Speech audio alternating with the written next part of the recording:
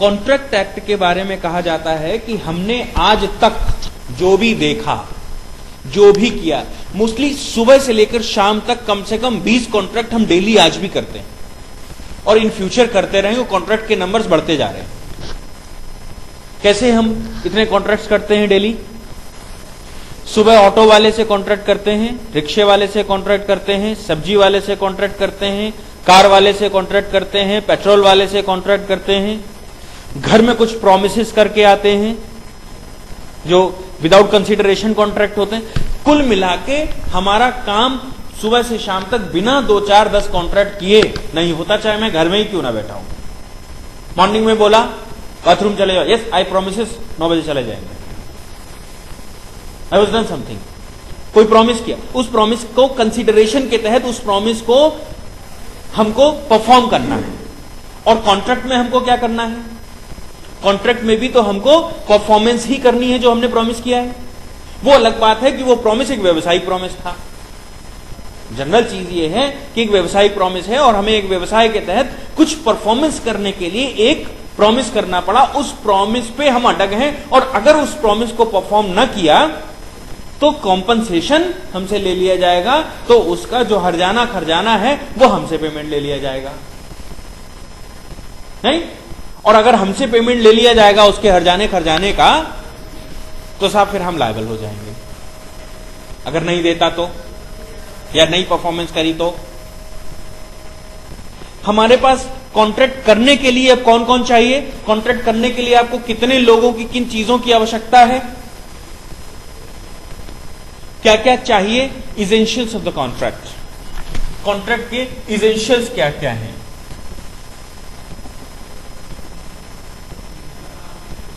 Contract के जो आवश्यक तत्व हैं, there must be a proposal. एक प्रपोजल होना चाहिए।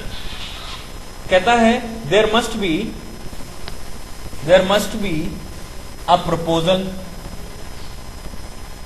एक प्रपोजल होना चाहिए, एक प्रस्तावना होनी चाहिए।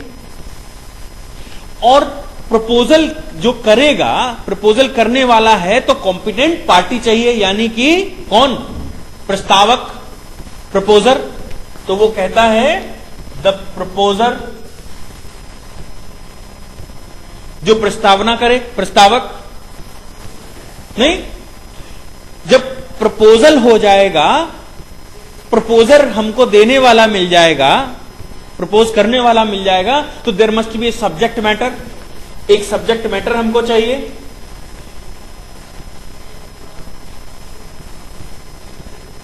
एक सब्जेक्ट मैटर हमको चाहिए कि क्या चीज का प्रपोजल है, कुछ करने या ना करने का। प्रपोजल जब हमारा हो गया तो प्रपोजल देने के लिए कोई एक्सेप्टर चाहिए। एक देयर मस्ट बी एक्सेप्टर, एक एक्सेप्टर होना चाहिए।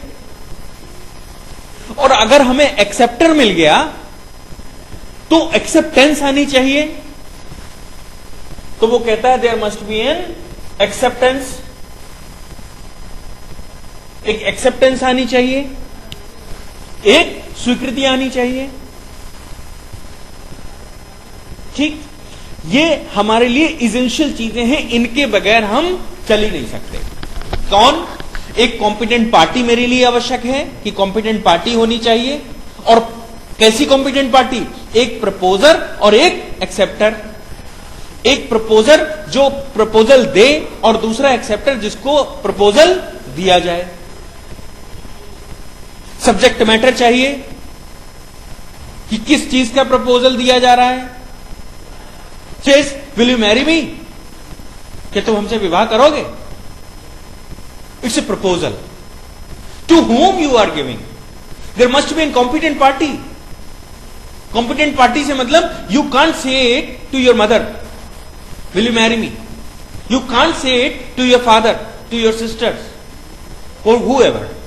आपको सिर्फ और सिर्फ एक कॉम्पिटेंट पार्टी चाहिए। अगर लड़के हो तो एक लड़की चाहिए जिसकी एज हो शादी की, और लड़की है तो लड़का चाहिए जिसकी एज हो शादी की।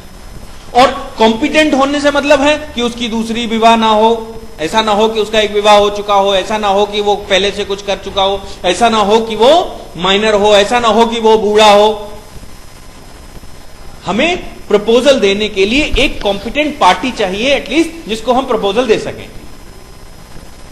और प्रपोजल हम जिसको दे रहे हैं उसके पास क्या ऑप्शन है?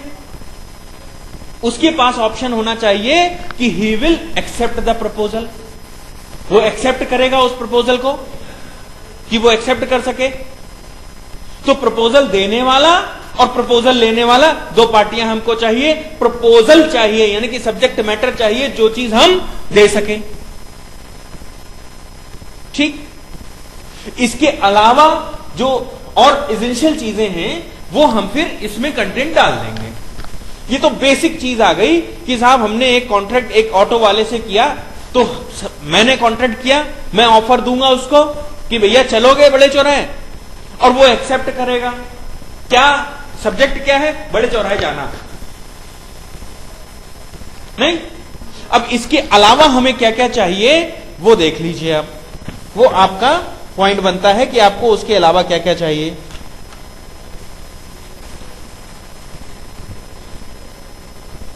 देखिए, पहले हम लोग आ जाते हैं अबाउट द पार्टीज, पार्टी के बारे में।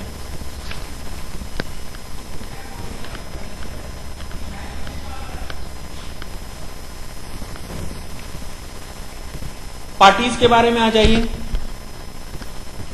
पार्टी कौन है? कहता है parties must be competent to do the contract। हमें कॉम्पिटेंट पार्टी चाहिए जो कॉन्ट्रैक्ट कर सके। है कॉम्पिटेंट पार्टी के अलावा हम कह रहे हैं the agreement must be with free consent. Agreement जो होगा वो फ्री कंसेंट से होगा। Agreement must be with free consent. पार्टियों के बीच की जो कंसेंट है वो फ्री होनी चाहिए, उन पे कोई दो जोर दबाव नहीं होना चाहिए। ठीक। नेक्स्ट है, कहता है agreement must be made with the consideration. Agreement must be made with consideration. Consideration के साथ एग्रीमेंट होना चाहिए। एग्रीमेंट के लिए कंसिडरेशन चाहिए। कंसिडरेशन के अलावा वो बोलता है consideration must be lawful. Consideration must be lawful. Consideration भैया लॉफुल होना चाहिए, कानून की नजर में, विधि की नजर में सही होना चाहिए। ऐसा ना हो कि अफीम बेचने का कॉन्ट्रैक्ट कर लो, अफीम बेचने का कंसीडरेशन हो, इमोरल एक्टिविटीज करने का कंसीडरेशन हो। और फिर कहता है the agreement must not clearly declared void.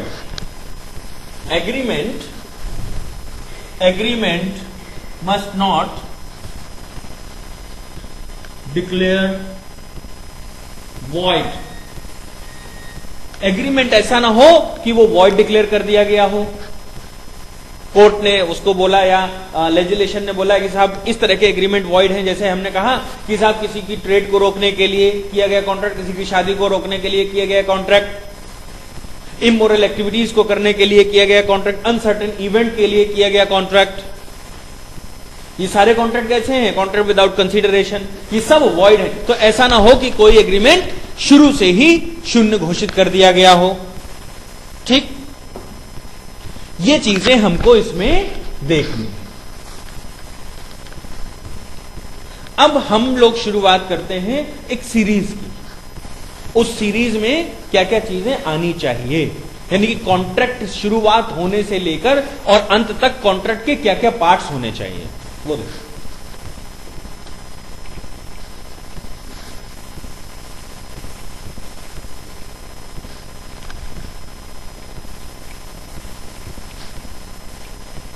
Contract के पार्ट्स में हमारे पास शुरुआत होती है नंबर 1 यहां से प्रपोजल।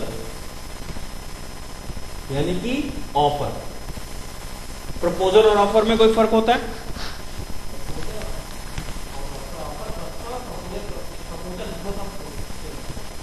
प्रपोजल और ऑफर में कोई फर्क? प्रपोजल और ऑफर एक ही बात है, हिंदी में दोनों को प्रस्ताव ही कह रहे हैं। प्रपोजल जब आया तो कंसीडर एक्सेप्टेंस, ठीक। प्रपोजल और एक्सेप्टेंस मिलके क्या बने? प्रॉमिस। तो वो कहता है प्रॉमिस होना चाहिए दोनों पार्टियों के बीच में। प्रपोजल और एक्सेप्टेंस मिलके बने promise. Promise plus consideration, promise plus consideration यानी कि प्रतिफल। जब प्रतिफल इसमें मिल गया तो बन गया एग्रीमेंट। एग्रीमेंट हो गया साहब हमारे बीच का। पहले प्रॉमिस हुआ था, हमने कहा कंसीडरेशन भी है, तो हमने कहा कि ये साहब एग्रीमेंट हो गया। और अगर एग्रीमेंट हो गया था, agreement plus lawful enforceable by law, कहता है agreement enforceable by law, enforceable by law. अगर एग्रीमेंट लॉ से इन्फोर्सेबल है तो तब कहता है कि कॉन्ट्रैक्ट हो गया और कॉन्ट्रैक्ट, ठीक। तो एक प्रपोजल आना चाहिए, प्रपोजल पे एक्सेप्टेंस आनी चाहिए। प्रपोजल देने वाला कौन है? Proposer, offeror. एक्सेप्टेंस देने वाला कौन है? एक्सेप्टर या ऑफरी। देखो शब्दों में थोड़ा सा फर्क समझिएगा। जिस समय वो ऑफर दे रहा है उस समय देने वाला ऑफरर है और जिसको ऑफर दे रहा है वो ऑफरी है। और जब वो अपना प्रस्ताव, उसके प्रस्ताव को स्वीकृति दे देता है तो वो एक्सेप्टर कहलाएगा, स्वीकृतिकर्ता कहलाएगा। और उससे पहले वो ऑफरी था, प्रस्तावी, जिसको प्रस्ताव दिया जा रहा है, ठीक। प्रॉमिस हो गया।